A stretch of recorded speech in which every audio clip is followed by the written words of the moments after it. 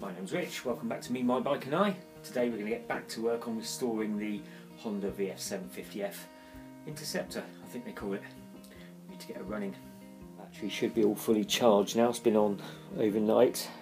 Let's see what we got.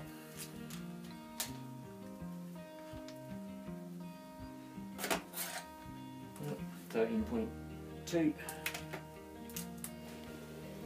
So that's the rubber cover over the positive terminal on the starter motor. Just need to get my probe in there, check it against ground with the starter button pressed, see if we've got 12 volts to it. That's the lower radiator, of course. It'd probably be a lot easier to take that away to get better access. Can't really get in there with my hand and the camera, so just using a pick now to try and pull that cover off. I managed to go around the other side and push it off. Though you still can't see it from here. See it clearly from this side, look. Because the rubber boot was hiding it from the other side. Right, let's take this lower radiator off, see if we can get far better access. It's hopeless trying to squeeze fingers and things into there. Right, that's a tight fitting 10mm because of all the paint.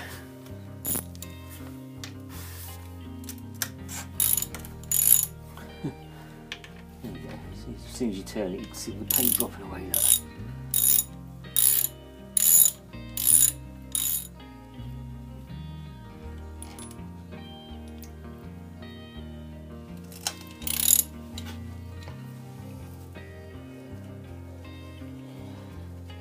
Definitely not encountered any stuck bolts yet on this bike, so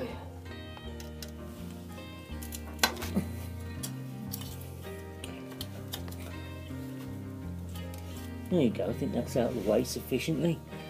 Should be anyway.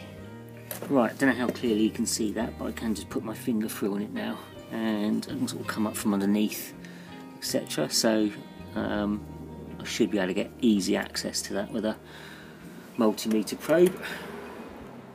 Battery's back on anyway, so I'm just going to get the motorcycle jump cables out. Even now it's really awkward to get in there.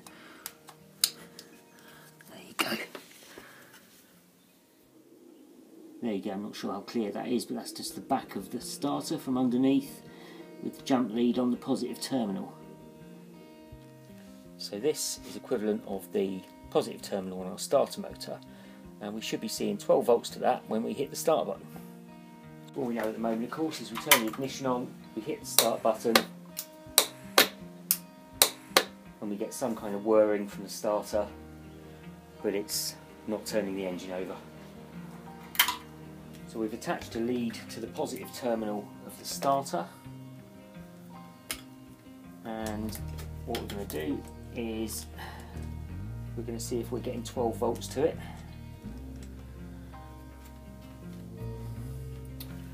And I'm just going to touch the other end of that to ground, turn the ignition on, hit the start button, and we are definitely getting voltage there.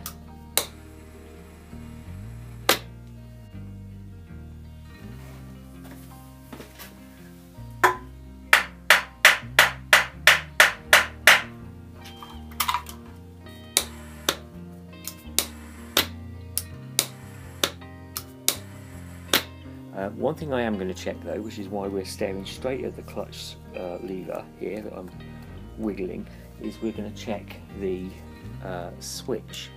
So these two wires here, essentially to start the bike you need to make a circuit. So I'm going to take the wires off the back of here, and you can tell, see if we can do this, get that into view. If I put it onto an ohms setting, yeah, see we've got nothing there, so you've got to pull the lever in to make the connection. But it's a big but, it's actually, I'm not even sure if you can see it right there. You might just be able to see it in this light, I don't know. Right there, that's the end of the clutch actuator rod. So what that means is the clutch isn't operating properly for that reason. I don't think that would stop the bike from starting, because clearly we are sending 12 volts to the starter motor when we press the start button. So let's fix this little switch now and see if we can get that to make any difference before we go pulling things off like starter motors. Right, let's just take this shouldered bolt out of here. Do it the right way.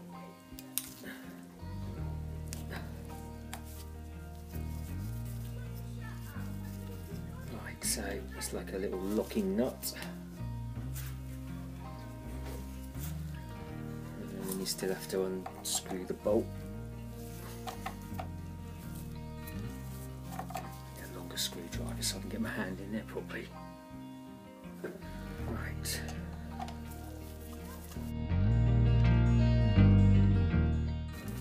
Shoulder bolt, so the nut on the back just kind of locks it, but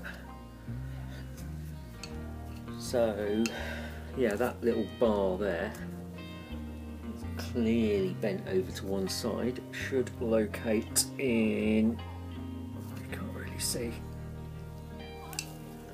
should sort of locate into that slot there. Actually, that seems to have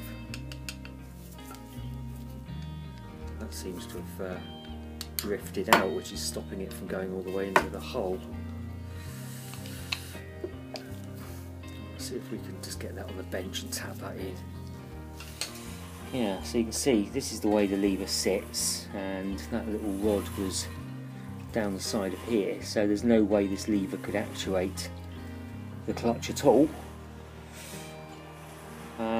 It's meant to sit in this little slot and actually in that hole, and it won't go in because clearly that's misaligned.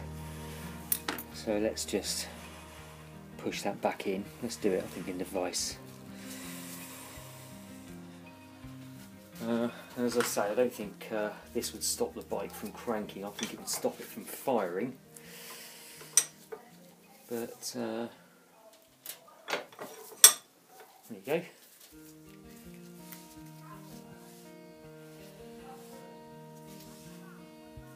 I need to straighten it.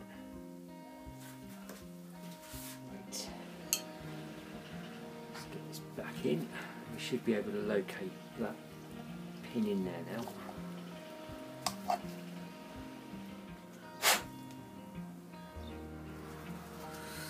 Right, can you see? If you can see the hole in there now. Just give it a bit of a clean out. Let's see if we can just pop that back in.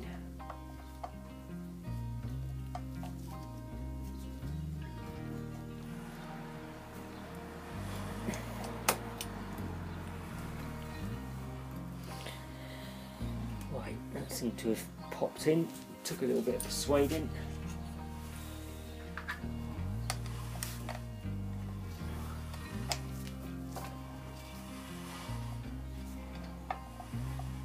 Everything you touch on this has just got paint flaking all over it.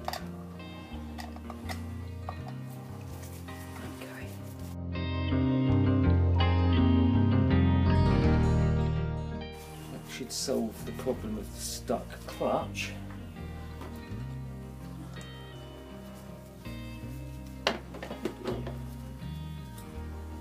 Let's just do that up.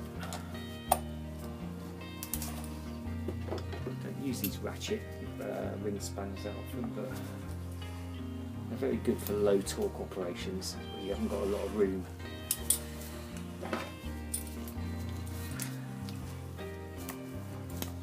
Better, that's how your clutch is meant to operate.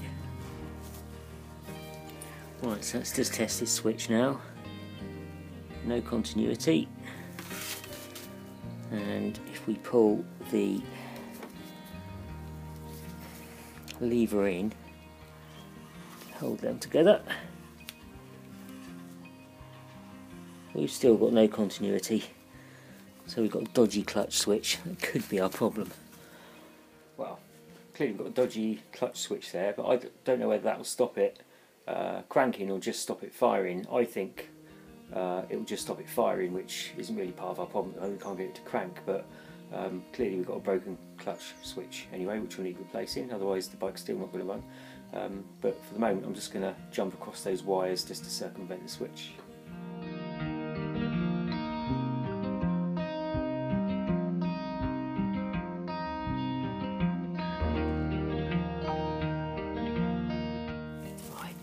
It might seem like I'm jumping about and doing things out of sequence, but it's just sometimes you've got to check the little things before you check the big things. There's another screw on that.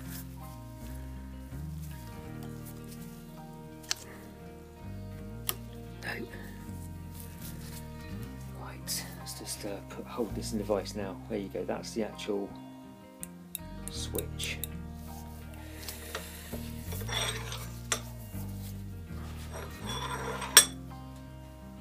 As you can see, absolutely covered in paint. It's not surprising nothing's working on this bike at the moment.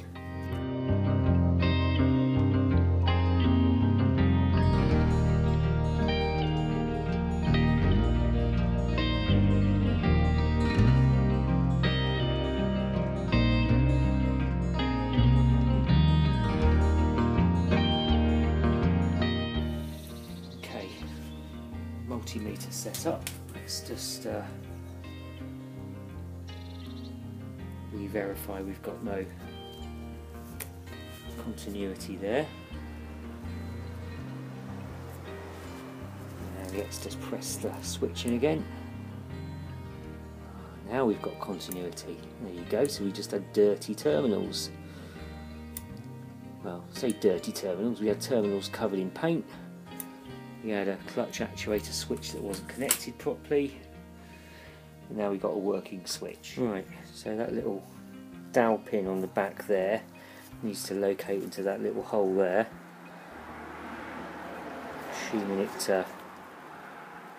just slots in. There you can hear it clicking, so it's in place. Let's just do that up.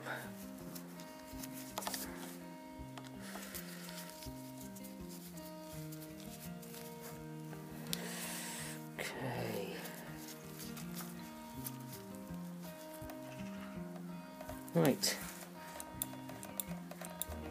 now you can hear it clicking properly. Hopefully that's sorted it. Let's just retest that again now it's back on.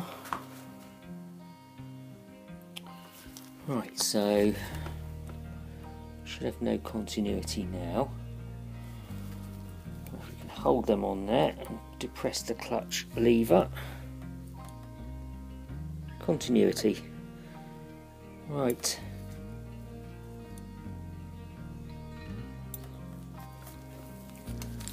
Okay, we seem to have fixed that problem, so we should just be able to do away with our little bridge there and connect them back up.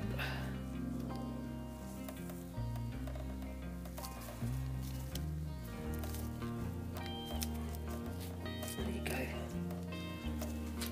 If I can assure myself that this is not going to make any difference to the running of this bike or the cranking of this bike, but at least we've got a working clutch.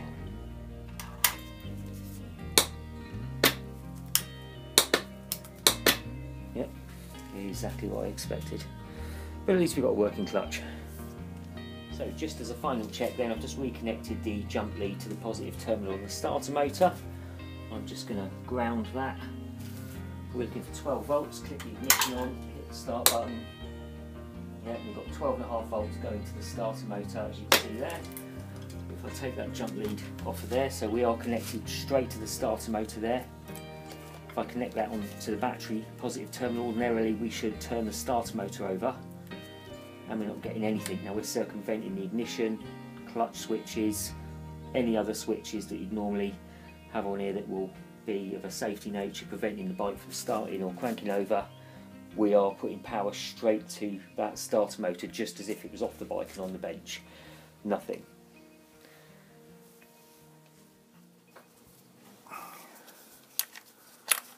Right. This is where all these ratchet ring spanners come in handy. Although I think an open-ended might be. Yeah, let's just try that.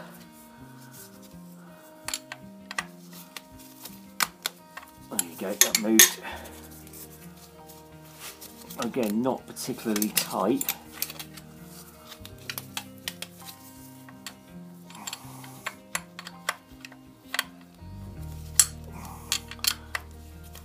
Probably can't see the actual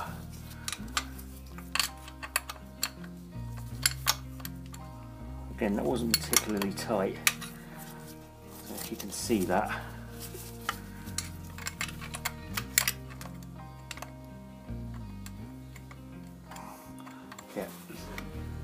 To be fair, I'm struggling to get the ratchet ring spanner in there, and I'm not even getting the normal spanner on it because I've got no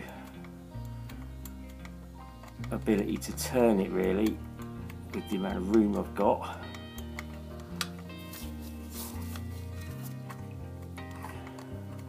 Just sort of spinning it around because it's so loose. There you go. Get off of that. Probably see the terminal quite clearly now. Right, let's just get to that lower mounting bolt. Oh, blimey. Use the ring out.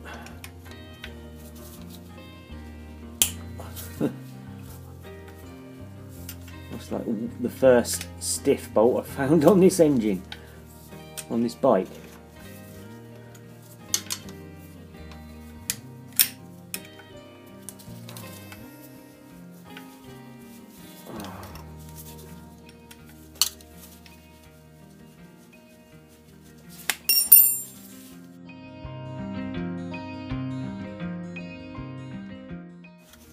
Only got 2 bolts. The other one's just there. You see? Right there. That's the bolt I need to get off next.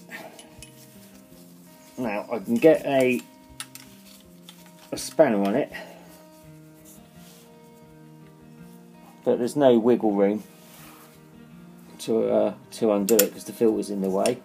I don't want to go draining all the oil out and taking the filter off right now, because if I then want to get it started and running before I do any major work to it, I've got to put oil back in, and it's a silly waste. So I can't get a socket on it. I mean I can, but then I can't get an extension in there because this bracket's in the way, so I think I'm going to need to take this bracket off.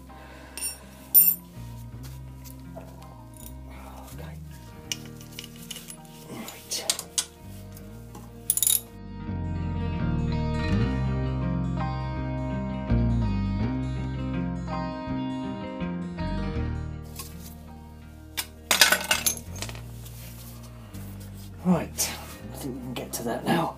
I can get. I just can't quite get that on there. If I can just get it on there, even at an angle, and give it a tiny turn. There's nothing stiff. Hang on, there you go. Did that turn? I think that turned. Must have gone about another 10 or 20 degrees. Ring on it.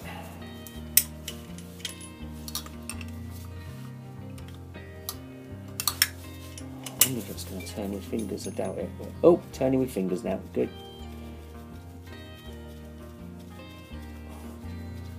Right.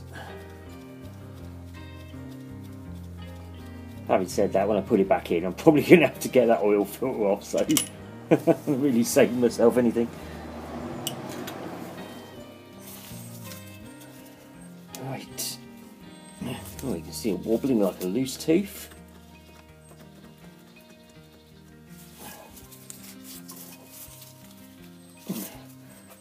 It'd be ironic, wouldn't it, if I've still got to take the filter off because the starter won't come out.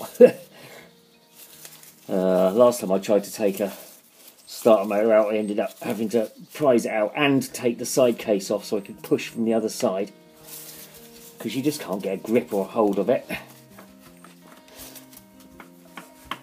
Which is probably what I'm going to have to do. Take the side case off and drain the oil.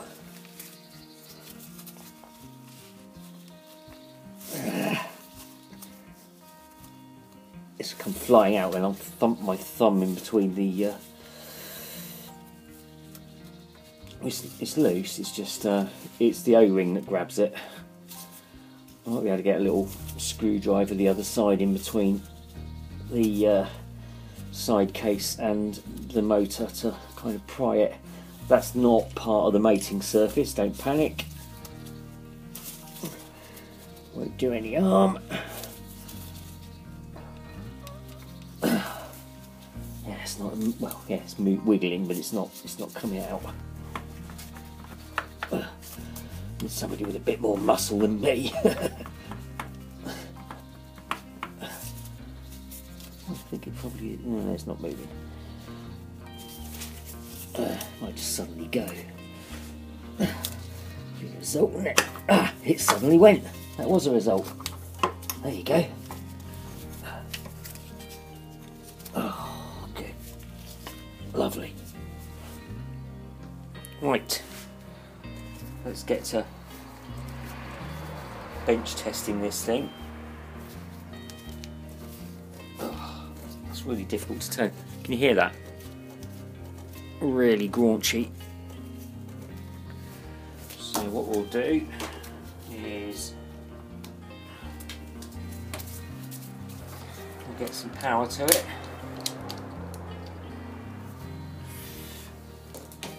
This can be a little tricky.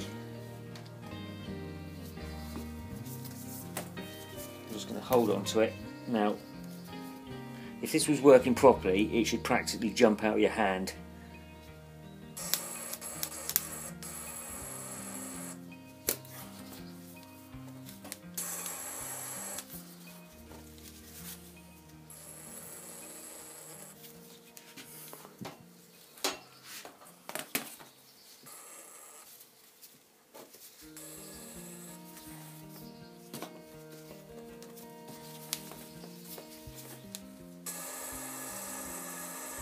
So give it a bit of a move and it tries a bit harder, but that is definitely, well, not a dead starter. There you go, it's doing nothing now, look. And then it's trying a bit more.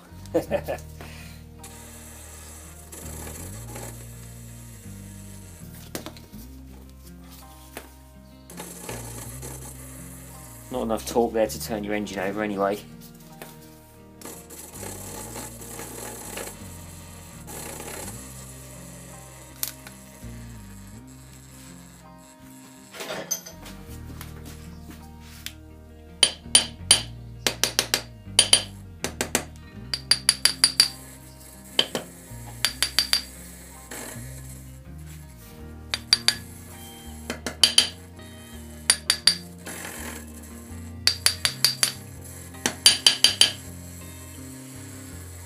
There's your problem. Righty-ho, let's take it apart. So first things I'm noticing is I've got a bent case bolt there. And actually these things, believe it or not, if you don't... I've had this before, definitely witnessed this before. If the two end caps don't go on properly, it's all out of alignment and it can jam up. But I'm suspecting this one's just shot to bits. I mean, if it's the original, 40 odd years old, gonna be tired, isn't it?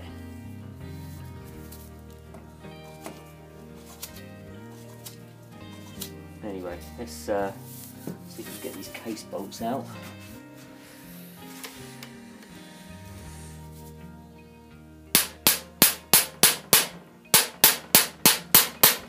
Not sure if that's any effect. Oh yeah. That's the bent one, so I'll Struggle to wiggle that one out.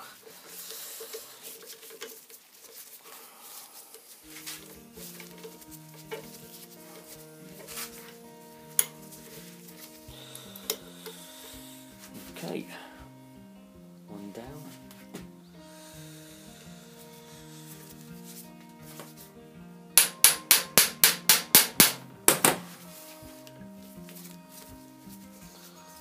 Sometimes with this I think you just, apart from jolting things free a little bit, you're just almost remaking the actual, what am I trying to say, you know, by giving it a good whack you're kind of reshaping the screw head, if you like. Remoulding it, that's what the word I was looking for. So I don't think that was doing anything impact wise in terms of turning it. Might have been, but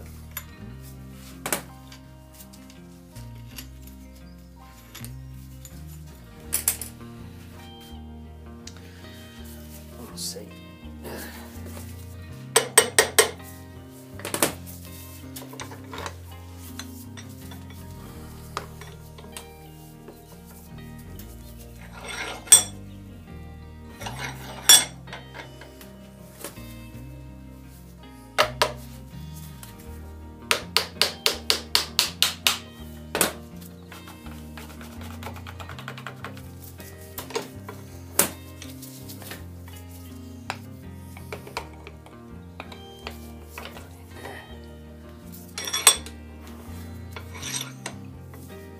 Apart, see what we can see.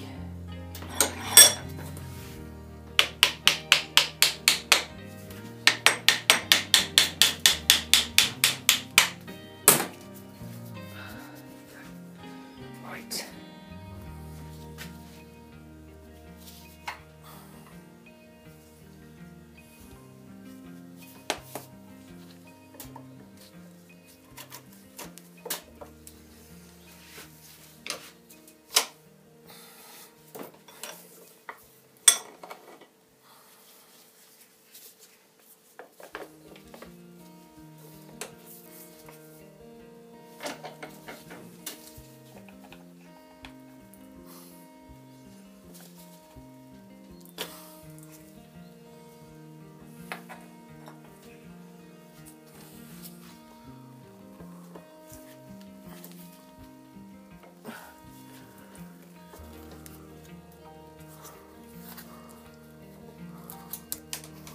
Ah, yeah, look at that, the brushes are absolutely disintegrated.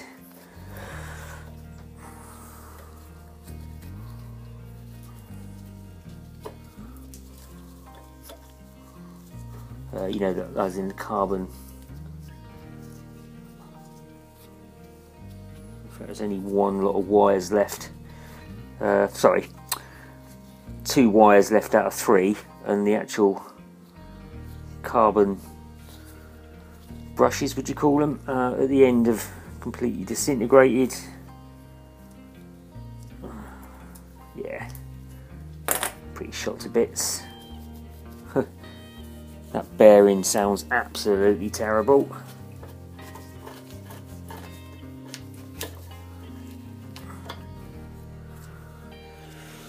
I'm sure someone with a degree of expertise could sort this out, but it does look pretty shot to pieces if you ask me. One of my favourite YouTubers is Eric O from South Main Auto, and whenever he diagnoses the problem, when he finds the fault, he always says, "There's your problem, lady." Yeah, it's just way beyond repair. Even looking at the wear on that, it's really out of shape and worn down. Obviously the bearing's replaceable, but it's really graunchy. So I think somebody with a lot more skills than I've got would probably still say that is dead. How the garage got that running, I don't know. I guess that just maybe it just started the once and that was it. It gave up the ghost. Well, Must have been, unless they jump started it. Cheeky buggers. Didn't tell me. Well, exactly as suspected, it was the starter motor. So how the dealer managed to get that running on that starter, I don't know, because that doesn't look like it's run for a very long time. It was so disintegrated. But it might have been my constant turning it over and over and over that ultimately disintegrated all those carbon brushes, possibly, who knows.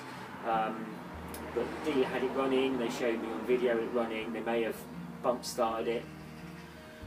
But not important, I will get a new starter on order, so I'll get a new aftermarket. I'm not going to bother wasting money on an old one off an old engine. It's just you know, chucking away good money really. Something that old, it's going to have had its day, isn't it? So just need to make sure I get the right one. Some of them, depending on the year of model, etc., run in a different, the engines run in a different direction.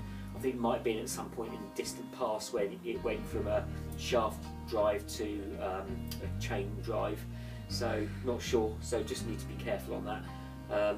But either way, I shall get back to this project once that starter motor has arrived, and then hopefully we can crank it over. Not expecting it to start straight away, and I will need to rig up an auxiliary tank, of course, because I've taken the tank off and I'm not putting that back on until I've completely dealt with that. So thank you very much for watching. Don't forget to like, subscribe and share, and I will see you on the next restoration video of the Honda VF750F.